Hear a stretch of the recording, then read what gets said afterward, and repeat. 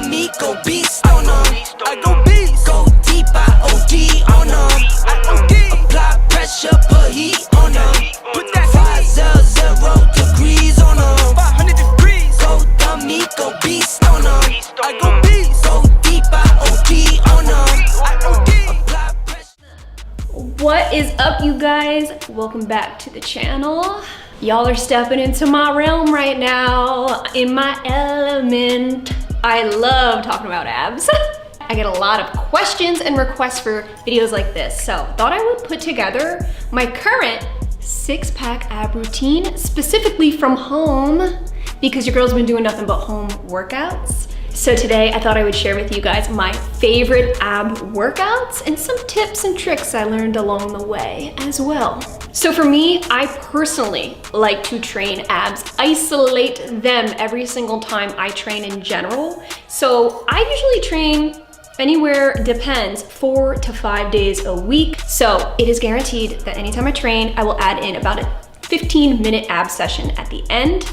A lot of people say that you do not need to isolate abs at all, and that your compound movements, your everyday workout movements, as long as you keep your core tight, which you always should, is just enough to get by without having to actually target that ab section. And that may totally work for some people, but I know for me, that's how I started out, and I just wasn't satisfied, all right? I wanted more from the core. So that is when I started doing isolation and frequently training the freaking abs, and that is when I started to notice a major difference. A lot of this was trial and error, okay, along the years of training, but this is kind of the routine that I have found the most beneficial for me and that really reaps the most benefits. But this is just me again. Everyone's different though, so take my advice for what it's worth. So before we get into this video, if you are not already, definitely hit that subscribe button. Follow your girl on IG for all things fitness. Cause together we got this. Yes, we do, baby. So guys, the absolute #1 tip before I get into the workouts, it has to be said. It is true what you hear, that abs are in fact made in that freaking kitchen or wherever you cook your food. You wanna be in a slight caloric deficit. That definitely helped me out big time, and keyword slight. You are not starving yourself. Believe it or not, girl, I've done that before and I've been there. That's coming up in another video. That's a whole different topic. Don't starve yourself. Do what's healthy for you, boo. And stay super freaking hydrated. Because the more water you are drinking, the more you're flushing out, the less water retention in the midsection especially. So do not get it twisted. I do have my fair share of cheat meals. Yes, I do. And believe it that the next day I don't have any abs. Yes, you best believe that. But it's all good because water weight sheds and you're back on track. So now let's get into the fun part, the fun workouts to help build that six-pack on you, girl. So I personally like to break down the abs into 3 different parts. I like to focus and train solely upper, lower, and obliques. This just simplifies it in my mind so I know I'm targeting it all. So the very first thing I like to do in my ab circuit is I like to just do body weight abs. This is just to isolate each individual group without adding in any weight. This is just to wake them up individually, okay? We're knocking on each of their doors and we're getting their freaking attention going. This is what I like to call my warm-up session. So I only do only one set, 15 reps of each of these workouts. So the very first exercise I like to do are reverse crunches with a wraparound. So this engages my upper and my lower at the same time. From there, I like to really just focus on a standard crunch. This is just keeping a very consistent tension on the abs, and it really just burns up the entire midsection. From there, I like to isolate my obliques. So one side at a time, I like to focus on doing twist crunches. 1 set to my left and 1 set to my right.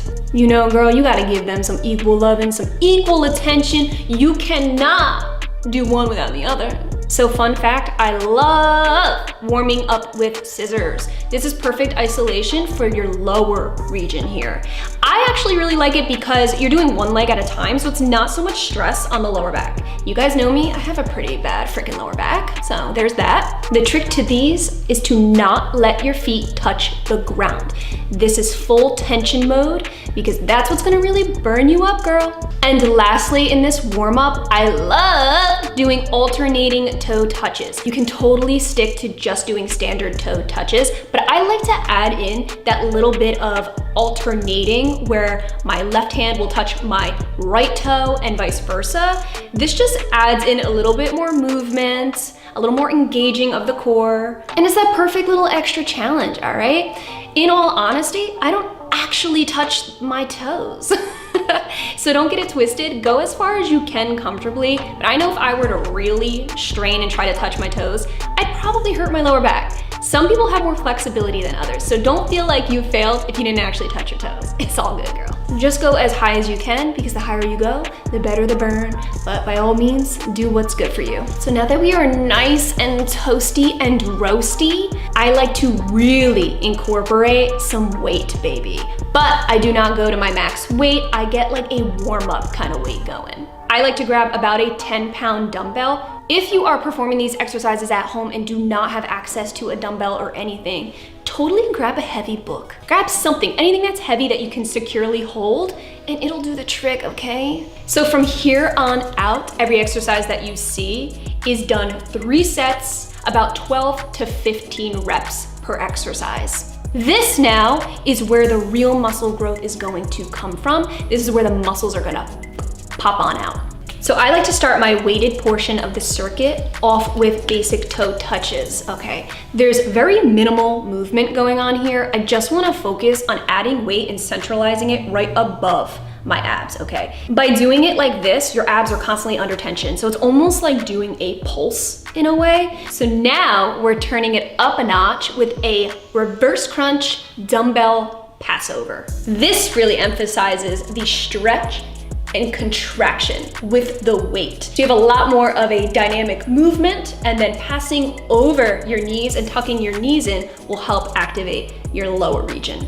The trick to this is to keep the weight as high above you as possible to allow your knees to kind of slip right underneath and through. This just ensures that you're activating your upper muscles, okay? The higher you go, the more your upper region is being worked. So as you guys can see so far, we've taken a lot of weight and focused right on that upper area, but don't get it twisted, all right? Because the lower abs need their attention too. You want that V, right? So what I like to do is I actually like to do weighted leg raises, and by all means, the 10 pounds I'm using is absolutely the highest weight I will use because I have such a shiesty lower back. So I like to place them without sneakers, all right? I'm not wearing sneakers in this clip because my freaking dumbbells still got that nasty on it. So I didn't want my white kicks to get dirty, all right, sue me. So what I like to do is go with my socks, tuck the dumbbell right in between and kind of hold the dumbbell with my heels. So I'm kind of sealing it in with my heels. And I just lightly bring it up, very slowly, mind you. I do not overdo it with this exercise. Quick movements are not my friend. Slow and steady upwards and downwards does the trick for me. And I repeat, I do not go crazy high with this either, because I don't know about you, girl. I don't know if you noticed, but you got that weight up in the air, and if you slip up, you're gonna hurt yourself. And been there, done that. So we just won't. All right, guys, so for the very last couple of workouts, woo, this is where we really shine. This is where I am putting myself to the test. This is where I am literally gonna kick my own ass. You ain't gonna get no 6-pack. You ain't gonna shred up without pushing yourself to the limit sometimes. So I take those 10 pounds and I go ahead and I trade them in for double the weight. I go about 20 pounds. I like to stick with 20 pounds only because dumbbells just are, for me, in my own opinion, it's not as stable as barbells. So I go a little lower in weight when I use dumbbells. They're a little more loosey-goosey and a little more prone to slip-ups. I ain't trying to, crush my skull. This is a lot of wrist control, okay? You need some strong wrists if you're going crazy heavy. So for me, rather than holding the dumbbell like this, especially when it's heavier, it's hard to grab, you know, your hands around it. So to be safe, so that you don't slip and crush your head. So guys, I like to position the dumbbell handle right in the middle of my palms, just like this, resting right in between. And then I interlock my fingers like this, just right around for ultimate security. It don't go nowhere. I kind of just keep my thumbs overlaying each other like that. And it's like I'm holding hands with myself, but that dumbbell, okay? You keep it nice and secure, girl, so it don't go nowhere. So guys, even with this heavier weight, I still keep it consistent, and I do about 3 sets of 12 to 15 reps per exercise. So first up, we are back at the toe touches, you guys. I'm sorry, but this is where my frickin' abs be popping. The toe touches do something, these pulse movements, okay? They do something to just unlock a key, where all of a sudden afterwards, my abs, you just can't deny it. All right guys, so with heavier weight, we're up in the ante just a little bit. We're actually going to be doing a combination workout, yeah. So here I like to pretty much keep the weight above and perform a scissor into a reverse crunch. So we're working the lower region, but at the same time with the weight centralized above your abs, you're still maintaining that line of tension. And again, the feet do not touch the ground. They are elevated the entire time off of the floor, as well as your shoulders being up off of the floor. So your whole freaking core right now, it's gonna be on fire. I'm just warning you, it's gonna be on fire. Okay, so last but not least, believe it or not, this is actually my absolute favorite ab workout of all time. I could do them all freaking day.